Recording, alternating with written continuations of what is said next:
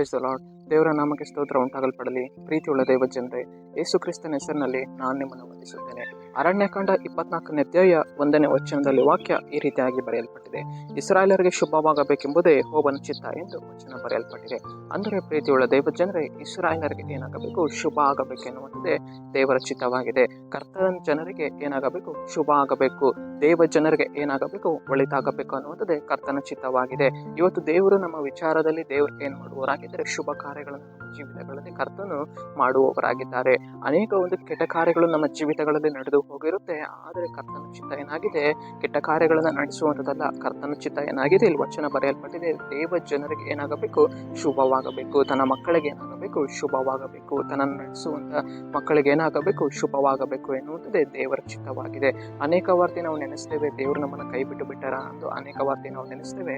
ಆದರೆ ಪ್ರೀತಿಯುಳ್ಳ ದೈವ ಜನರೇ, ದೇವರು ನಮ್ಮನ್ನು ಕೈ ಬಿಡಲಿಲ್ಲ. ದೇವರು ನಮಗೆ ಒಳಿತನ ಮಾಡುವವರಾಗಿದ್ದಾರೆ. ಕರ್ತನು ನಮಗೆ ಏನ್ ಮಾಡುವವರಾಗಿದ್ದಾನೆ? ಒಬ್ಬ ಶುಭವನ್ನು ಮಾಡುವವರಾಗಿದ್ದಾರೆ. ಹೇಗೆ ದೇವರು ಇಸ್ರಾಯೇಲರ ಜೀವಿತದಲ್ಲಿ ಶುಭವನ್ನು ಉಂಟು ಮಾಡಿದರೋ, ಹೇಗೆ ದೇವರು ತನ್ನ ಜನರ ಮಕ್ಕಳಲ್ಲಿ ಒಂದು ಒಳಿತನ ಕೊಂಡು ಬಂದರೋ, ಅದೇ ರೀತಿಯಾಗಿ ನಮ್ಮ ಜೀವಿತದಲ್ಲಿಯೂ ಕೂಡ ಕರ್ತನ ಏನ್ ಮಾಡುವವರಾಗಿದ್ದಾರೆ? ಶುಭ ಕಾರ್ಯಗಳನ್ನ ಮಾಡುವವರಾಗಿದ್ದಾರೆ. ಶುಭದ ಚಿತ್ತಗಳನ್ನ ನೆರವೇರಿಸುವವರಾಗಿದ್ದಾರೆ. ಪ್ರೀತಿಯುಳ್ಳ ದೈವ ಜನರೇ, ಸರಿ, ನಾವು ಪ್ರಾರ್ಥಿಸೋಣ. ಅಪ್ಪ, ನಿಮಗೆ ಸ್ತೋತ್ರ. ಈ ವಾಕ್ಯ ಭಾಗ ಸಂದೇಶವನ್ನ ನೋಡ್ತಾ ಇರುವ ಜನಗಳನ್ನು ನೀನು ಮುಟ್ಟು ದೇವರೇ, ನೀನು ಅವರನ್ನು ಆಶೀರ್ವಾದಿಸು ದೇವರೇ. ಶುಭ ಕಾರ್ಯಗಳನ್ನು ನೆರವೇರಿಸು ದೇವ. ನಿನ್ನ ಚಿತ್ತವನ್ನು ನೆರವೇರಿಸಿರಿ. ಯೇಸುವಿನ ನಾಮದಲ್ಲಿ ತಂದೆ ಆ ದೇವನೇ, ಆಮೆನ್.